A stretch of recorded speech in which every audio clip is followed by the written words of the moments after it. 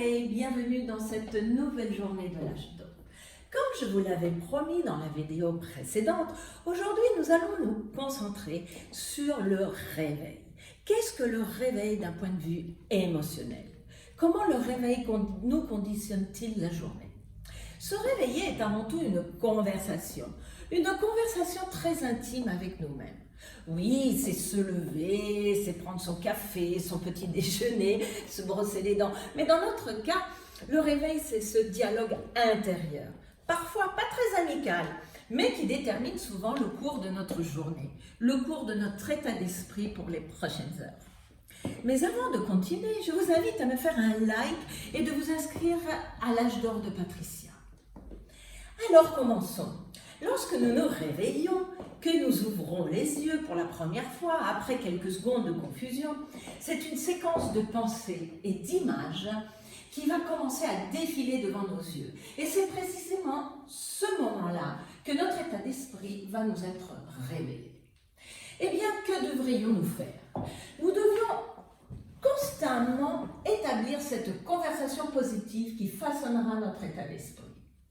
Pour chaque image ou chaque pensée positive ou négative, nous devons consciemment proposer une pensée positive et passer immédiatement à l'image suivante, qui à son tour peut être positive.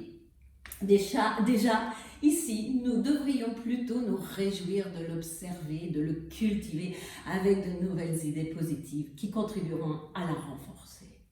Si au contraire, on se sent submergé par les idées négatives, alors ne panique pas, car il est peut-être temps de se dire « Allez, je me lève ». Eh bien, mesdames, il y a une exception à la règle. Si vous avez la chance de vous faire amener votre café au lit par votre amoureux, savourez quelques minutes de plus sous la couette. Si cela n'est pas le cas, ne vous inquiétez pas, de nouvelles opportunités pour modérer votre état d'esprit se présenteront à vous dans quelques minutes. Certains disent que le temps c'est de l'argent. Alors appliquons cette règle au réveil. Car rester sous la couette trop longtemps ne va pas forcément nous aider à façonner notre journée. On va prendre notre café qui est fondamental pour commencer la journée et réagir. On va dans la salle de bain et très probablement, nous nous regarderons pour la première fois devant le miroir. Nous sommes radieuses, encore mieux, et nous continuons avec notre visualisation consciente des activités de la nouvelle journée qui nous attend. Mais que faire si ce n'est pas le cas? Que faire si, au contraire, on pense avoir une mauvaise mine et sans lumière dans les yeux?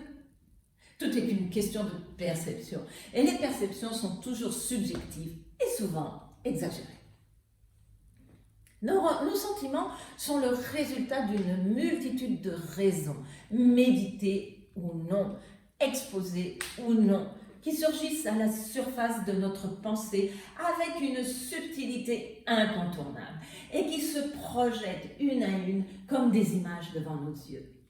Certes, nous ne pouvons pas décider de nos sentiments, mais il est également vrai qu'avec un raisonnement conscient, nous pouvons les influencer et les faire émerger positivement. Au final, cela nous permettra de changer la perception de la réalité qui nous entoure.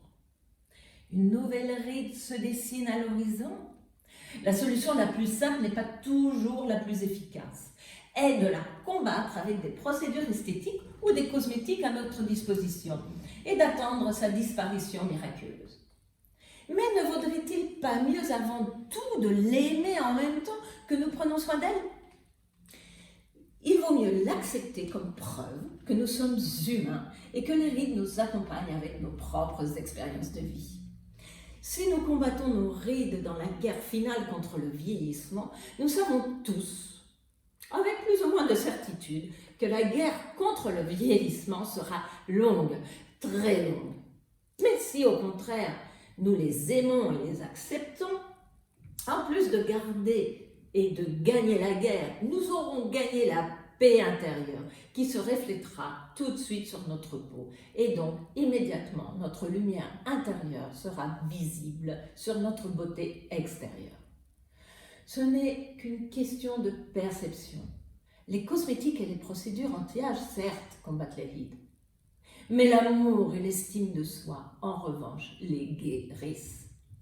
Mesdames, n'oublions pas que nous avons à notre disposition de multitudes de solutions pour lutter contre le vieillissement de notre peau, de la cosmétique à la chirurgie, dont nous aurons l'occasion de parler. Dans notre prochaine vidéo, nous commencerons à parler de la cosmétique pour le visage en trouvant les solutions les plus adaptées. Je vous souhaite une agréable journée et à bientôt.